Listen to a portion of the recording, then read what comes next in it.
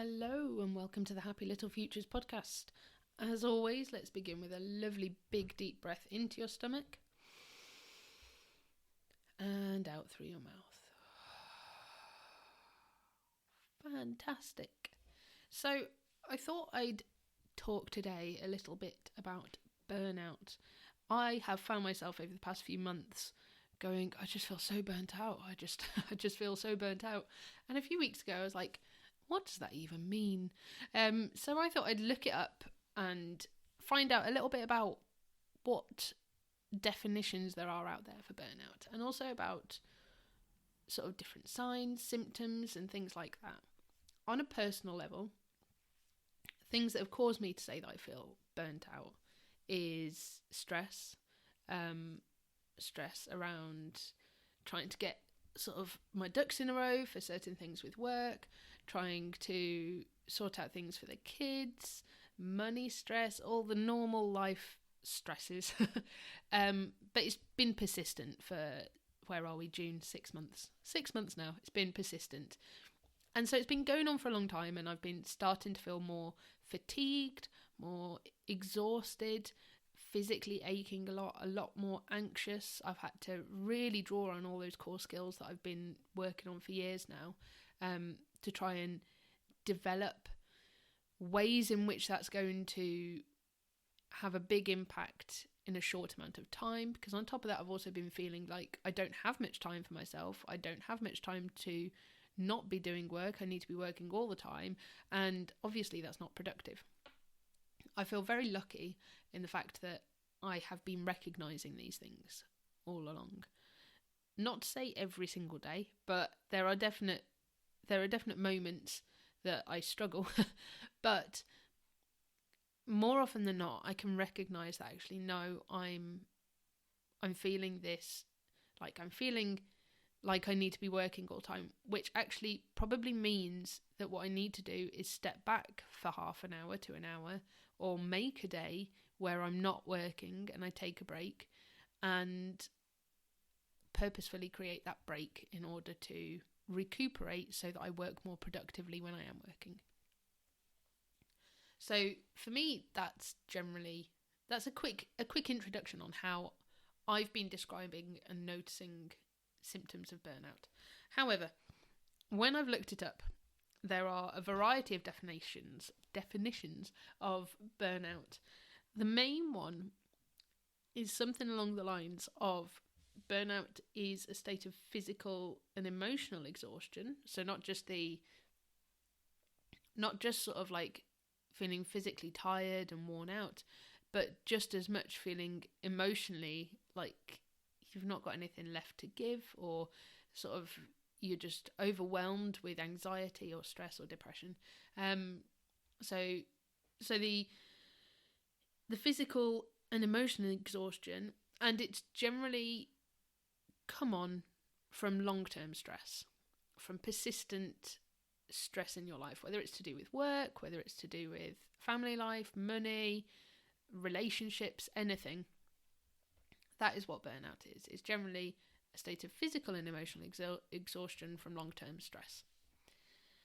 So symptoms that I've found, there's lots of different symptoms out there, and as I've said, it's generally it depends on the person, doesn't it, as to what symptoms you're going to experience. I might experience anxiety, but as we've discussed previously, I'm very prone to anxiety. Someone else might be more prone to depression. Someone else might just feel really disconnected from everything else, their values, what's important to them. So the main ones that I found anyway when I was researching were exhaustion, dreading work, a lack of emotional response, feeling disconnected from work. I've also added in, when I've written that down, and yourself. Physical changes in your body. It might be that you're experiencing more pain, more tension. Strained into personal relationships, either at work or at home. Neglected self-care, stress and anxiety, depression, chronic fatigue, lack of concentration. So just to name a few, really. The list is pretty endless. And generally speaking, it's like when I was reading through, I was like, this is just most most negative feelings that you can feel as just day-to-day normal life, really. But it's sort of persistent. And when I was looking up what people recommend to do, there was one description that was something along the lines of, in order to reduce burnout, get rid of the thing that's making you stressed. That's not always possible, which is why I felt I was sort of like feeling a bit drawn to actually this subject. I thought that was quite a patronising almost way of putting it. So other things that people have said that aren't quite so patronising are reduce workload, maybe sharing your workload, setting rules for yourself, such as when to switch off, when to put your phone down and stuff like that. Developing coping skills, whether it might be going swimming, or it might be meditating. I don't know why I was struggling to think of that one. It might be meditating or colouring, crafting, sort of things like that, going for a walk. Other things are things like that you can do with things like sort of connecting to your values and resting and recovering. Again, that's obvious, but it's not that easy. And many other things. And I thought, as I was reading through all of this, I thought these were great pieces of advice. However, from personal experience, when you're feeling burnt out, you don't feel that you've got that time. I mean, one of the key things that stood out as a symptom is lack of self-care, neglected self-care. And that's because you're feeling like you need to be working all the time, because you're constantly kind of in fight or flight, I suppose, really.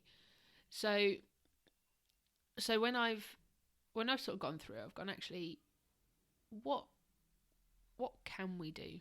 How does I've already said that for me, what I've been doing is trying to sort of draw on those skills that I've learned over the years with meditation and mindfulness and pull them in a lot easier, a lot more frequently, really trying to tell myself no when I want to do work, really setting boundaries with myself.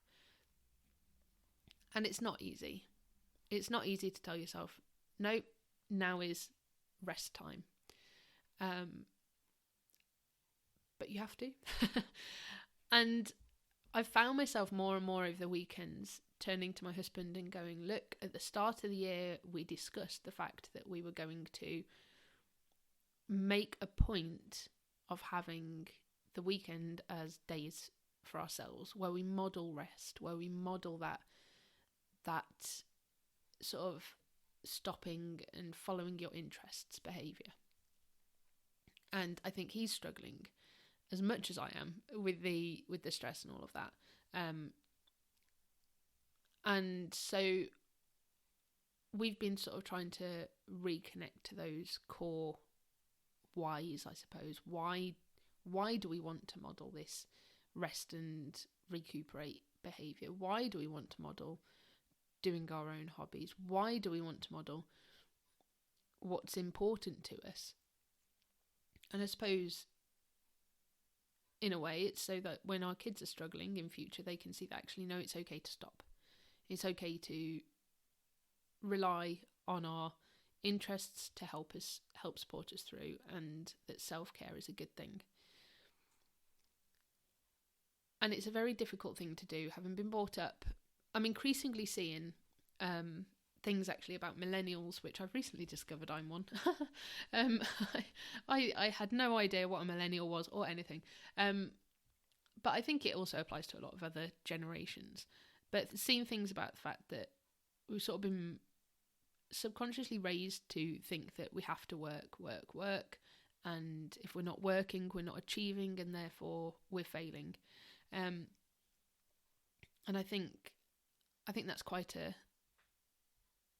an interesting thing to comprehend, but also speaking to other friends and stuff like that, I think that is just sort of a general feeling, especially when the economy's gone funny, and that's about my knowledge of money there. The economy has gone funny, and we're all struggling to make ends meet. We're all struggling to do the things that we used to love and things like that. So it's quite an interesting thing to sort of have to then retrain ourselves to stop, retrain ourselves to rest, retrain ourselves to recognise that actually we're burning out, and the way to fix that, for want of a better word, is to rest, is to recoup, is to connect with our core values, is to really knuckle down and give ourselves some self-care. So how do we do that when we're not used to doing it? I feel, like I said at the start, I feel very lucky that I've got this grounding already in sort of nurturing myself, sort of caring for myself, being able to recognise my feelings, my emotions, and when I'm struggling, and knowing what I need in that moment to help support myself through it. However, if you're not used to that, it's a very overwhelming prospect that in order to conquer burnout. Conquer is a very strong word. It might be there for years, who knows? And that's okay if it's there for years. I mean, it's not on a physical level, an emotional level, but if that's how you're feeling for years, that's fine. It's then learning to manage and reduce those symptoms. So if you are feeling like that and you don't have these strategies in place, it feels like actually you're adding to your workload. I know this because looking back, I've definitely been in this place. So it feels like you're adding to your workload. Like you've got to create another habit. Like you've got to create something new that's going to help you. But how on earth are you ever going to find the time to do that when you're constantly working and you have no choice but to work? You have no choice but to do these things that are stressing you out and keep putting out fire with fire, because it's never ending and it feels never ending. And the way to do that is to start small. Because if we don't start small, then chucking in some instances, something that is a 10-minute meditation, which, I mean, when I started meditating years ago, I was like, 10 minutes, that's a long time. How am I ever going to make time for that? Now I realise actually 10 minutes is a short meditation. But it's all about perspective, isn't it? Fitting that 10 minutes into a busy schedule, whether it's 10 minutes cardio, whether it's 10 minutes meditation, 10 minutes of reading book, anything like that. If you're feeling busy, if you're feeling burnt out, if you're feeling stressed, then that is a very difficult thing to do. So I'm going to quickly, before I carry on, I'm going to quickly thank our sponsor for this podcast, who is Rowan Fox. And if you didn't hear last week, Rowan Fox is a sustainable clothing brand for kids who love animals and adults and who care about the planet. And you can explore the beautiful collection of wildlife-inspired organic t-shirts and hoodies at rowanfox.com. So thank you very much to Pamela for that. So if you're sitting there feeling like you're overwhelmed, like, how am I ever going to fit in that 10 minutes? 10 minutes is too long. Break it down. Break it down. Let's break it down. What is achievable? 10 seconds. How can I get in 10 seconds of cardio? Jump. Just run from one side of the room to the other on your way to the kettle. You might feel ridiculous. You might feel silly, but just do it. Just do it and see how it feels. And if nothing else, you might laugh at the ridiculousness. If you want to learn to meditate, how do you fit in that 10 minutes? You start with 10 seconds. You start with one single breath. Take that deep breath. Move on following that with whatever you were doing in the moment. Just reconnect with that breath in that moment. You want to read a book? That might not be possible. But you know what? What is possible is taking 10 seconds to move that book from somewhere where you can't see it to somewhere where you can. So that the next moment that you feel, actually, I do have time to read the first sentence of this chapter, you can pick up that book. That book is a reminder of the self-care and the self-love that you want to give yourself. It's something that, yes, it might feel frustrating and you might sit there for a few days even going, well, I don't have time to read the book. But you don't have to read the whole book. pick it up. Just pick it up. Connect with those pages. Connect with that book, that bit of self-care, that peace that it's offering you inside. Just connect with it. Flick the pages, smell the book, put it down again. Just connect with it for 10 seconds and start small. It doesn't have to be a challenging thing to help you reduce burnout, to help you reduce stress, to increase that self-care, to increase that connection to your values, to increase that connection to yourself. It doesn't have to be 10 minutes. It doesn't have to be an hour at the gym. It can just be as simple as a few seconds for yourself, for your family. If you keep trudging on through burnout, the more you do that, the more you're going to burn out. If you stop and just take a moment, even if it's as simple as just stopping, not even doing anything, you just stop in the middle of the room as you're rushing around, you notice that actually you haven't stopped in months and you feel like your head's going to explode and your body's about to drop off and fall into pieces. And you just stop in the centre of the room and just go, I can stop. And then you move on. I'm allowed to stop. I allow myself to stop. Just allow yourself to stop. The more you keep doing those little things, those little changes, the more easily they will integrate into your day, the more they begin to blossom into a beautiful flower that offers you peace and joy throughout your day. It's as simple as planting a seed. You can't grow a tree without planting the seed. And planting the seed is such a simple act. In many cases, the seed simply drops off the tree, and it's as simple as the wind blowing a few leaves over it to keep it warm. And that simple act of just that light covering, the rain just hammering around it into the ground, those little actions initially are what help it to blossom and grow into a big, strong, branched out, beautiful green tree. Plant that seed, that few seconds, whatever it is, whether it's a breath, whether it's a silly run to the kettle, whether it's touching your toes because you want to do yoga and start building that into your day, whether it's telling yourself, I allow myself to stop, whether it's moving that book, moving that crochet hook, that piece of wool into reach, so that if you do get a chance to sit down, you can sit down and draw upon that thing that will give you that moment of peace, give you that moment to yourself. Just have a go. Over the next week, you should see, hopefully, a masterclass meditation for parents and teachers and for a busy life come up. So that will be a coaching package with a 10-minute meditation, should you wish to use it, but with also a brief coaching session beforehand on how you can use it. You can just listen to the coaching session. You don't even have to use the meditation. That's going to come into the shop over the next few days over on happylittlefutures.co.uk.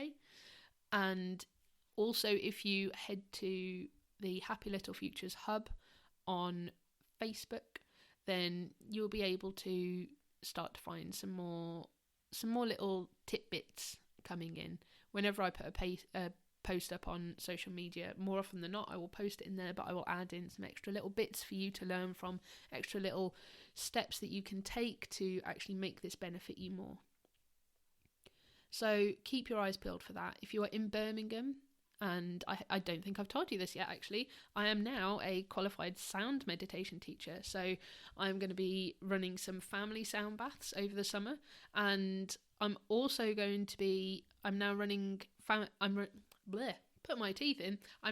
sound baths in Birmingham. So if you are local to Birmingham, if you want to try out a sound bath, if you head to bestillwithlucy.co.uk or Be Still with Lucy on Facebook and Instagram, and I will put a link into the website for that as well, then I am running sound baths for sort of late teens through to adults on there as well. So keep your eyes peeled for family sound baths through Happy Little Futures. Keep your eyes peeled for sound baths for anyone on Be Still with Lucy. And take that moment for yourself, that few seconds this week. Just take it as often as you can, as often as you remember. If you don't remember and you suddenly realise, oh, I haven't done that for ages, do it there and then. Stop. I allow myself to stop. Try it out with different things. Try out different techniques, different skills. See what works for you and see what you actually want from your life, what actually your core values are. Are they to just stop and be still with your family? Is it that you just need to reconnect with your kids and take a moment to look at them and put your phone in a different room? Or is it that you want to go and run that marathon next year, but it starts with a meter sprint to the kettle?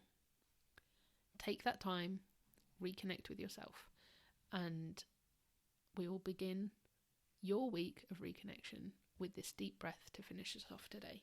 So we'll take a deep breath in and release. Fantastic. And let me know how it goes, and I will speak to you next week. Bye.